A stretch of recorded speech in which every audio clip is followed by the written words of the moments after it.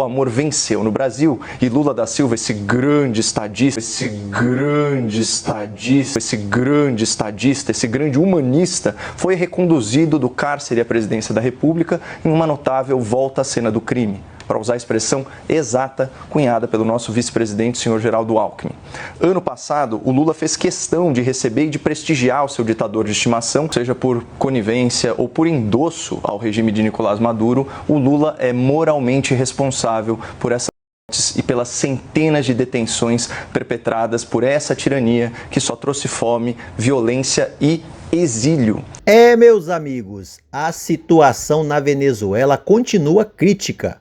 Mas parece que a situação do Barba está cada vez pior. Isso porque o jornalista não se intimidou e rasgou o verbo sobre o Barba e Maduro, chamando-o de cúmplice, revelando tudo o que está acontecendo. Você verá tudo isso nesse vídeo e muito mais.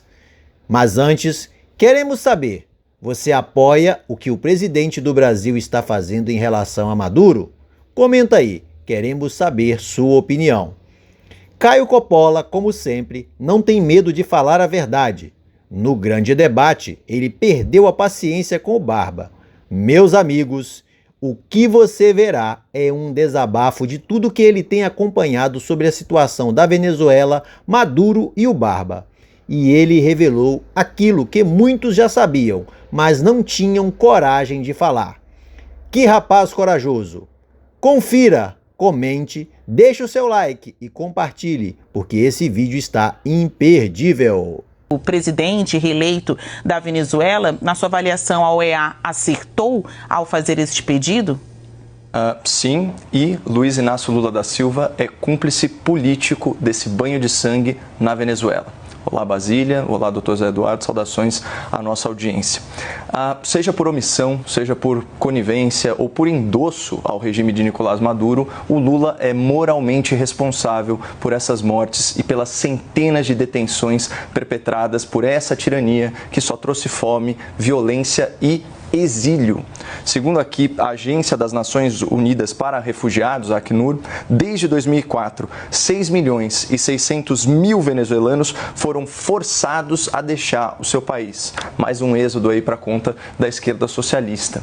Apenas aqui no ano de 2018, o Alto Comissariado da ONU para Direitos Humanos denunciou o potencial extermínio de opositores políticos na Venezuela na ordem de 14 mortes por dia. Pessoal, isso é equivalente a mais de 5.000 homicídios em apenas um ano. Não à toa, o Brasil, assim como a maioria das democracias ocidentais, rompeu, ou pelo menos restringiu relações com esse regime assassino. Um regime que censura, persegue, tortura e mata quem ele não consegue corromper. Até o belo dia em que o amor venceu no Brasil e Lula da Silva, esse grande estadista, esse grande humanista, foi reconduzido do cárcere à presidência da República em uma notável volta à cena do crime, para usar a expressão exata cunhada pelo nosso vice-presidente, senhor Geraldo Alckmin. Ano passado, o Lula fez questão de receber e de prestigiar o seu ditador de estimação e afirmou com a maior desfaçatez e o absoluto descompromisso com a verdade. Aspas, companheiro Maduro, é preciso que você saiba a narrativa que se construiu contra a Venezuela, a narrativa da antidemocracia, a narrativa do autoritarismo. O Celso Amorim, que era meu ministro, hoje é assessor especial, e eu andávamos pelo mundo explicando que a Venezuela não era do jeito que as pessoas diziam que ela era, ou seja, que ela é uma ditadura. E vejam só que lição valiosa que o presidente do amor entregou de bandeja para o seu companheiro genocida. Aspas, se eu quiser vencer uma batalha, eu preciso construir uma narrativa para destruir o meu inimigo. Está nas suas mãos, companheiro Maduro, construir a sua narrativa e virar esse jogo. E aí os nossos adversários vão ter que pedir desculpas pelo estrago que eles fizeram. Fecha aspas. Bom, dito e feito. Enquanto Lula da Silva inventava narrativas para incluir a Venezuela no Mercosul, violando os tratados internacionais que impedem a participação de ditaduras no bloco, o seu amigo ditador fingia um compromisso com a democracia e com eleições livres para suspender sanções internacionais e capitalizar seu governo corrupto.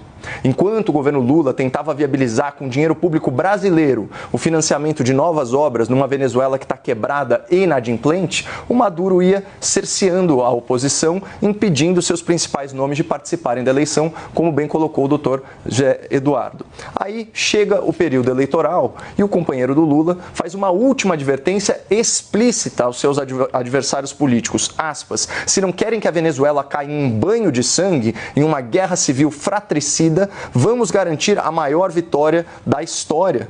Bom, até o Lula se disse assustado com essa fala, mas o Maduro sugeriu que ele tomasse um chá de camomila e ficou por isso mesmo. Vejam o que disse o ditador. Eu não disse mentiras, apenas fiz uma reflexão. Na Venezuela vai triunfar a união cívico-militar policial perfeita. Bom, além de todas essas ameaças, o Maduro prendeu dezenas de opositores políticos, fechou outro tanto de veículos de comunicação que tinham a ousadia de criticá-lo. Mas, para surpresa geral, a oposição popular à ditadura é tão grande que mesmo com intimidações, mesmo com trapaças e mesmo com a fraude no resultado oficial, ficou explícita a derrota do regime autoritário nas urnas. E o que fez a esquerda brasileira, que ao contrário do Dr. Zé Eduardo, não evoluiu, ficou no mesmo lugar ou até involuiu. O Itamaraty do governo Lula saudou o caráter pacífico da jornada eleitoral na Venezuela. Uma jornada aí, como eu disse, marcada por perseguição política, por censura, por fraude nos resultados, por prisões arbitrárias, pela morte de manifestantes.